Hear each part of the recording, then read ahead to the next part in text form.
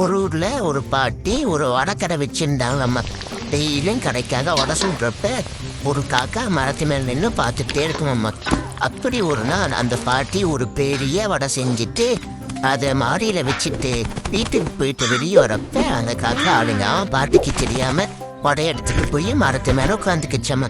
பத்து மேல உட்காந்துக்கிட்டு காக்காவுக்கு ரொம்ப சந்தோஷம். அச்சச்சா வடை நல்லா பெருசா கிடைச்சிருச்சு, இன்னைக்கு சாப்பிட்டுக்கலாம் அப்படின்னு.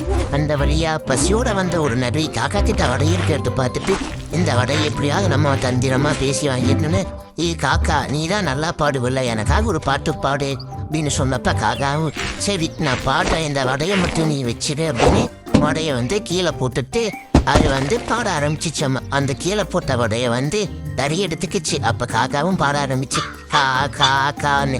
அப்ப நிறைய சொல்லிச்சு, முட்டாள் காக்கா நீ கீழே தூக்கி போட்டுட்டல வடை, அதை நான் இப்ப எப்படி எடுத்துட்டு ஓடுறேன் பாரு, கிட்ட இருக்கிற வடையை வாங்குறதுக்கு தான் நீ நல்லா பாடுவன்னு சொல்லி உன்னை புகழ்த, இப்ப புரியுதான்னு சொல்லிட்டு நரி நரி போனது காக்கா ரொம்ப சோகமா அரைச்சிட்டு இருந்துச்சு. ஐயோ வடை பூச்சேனே.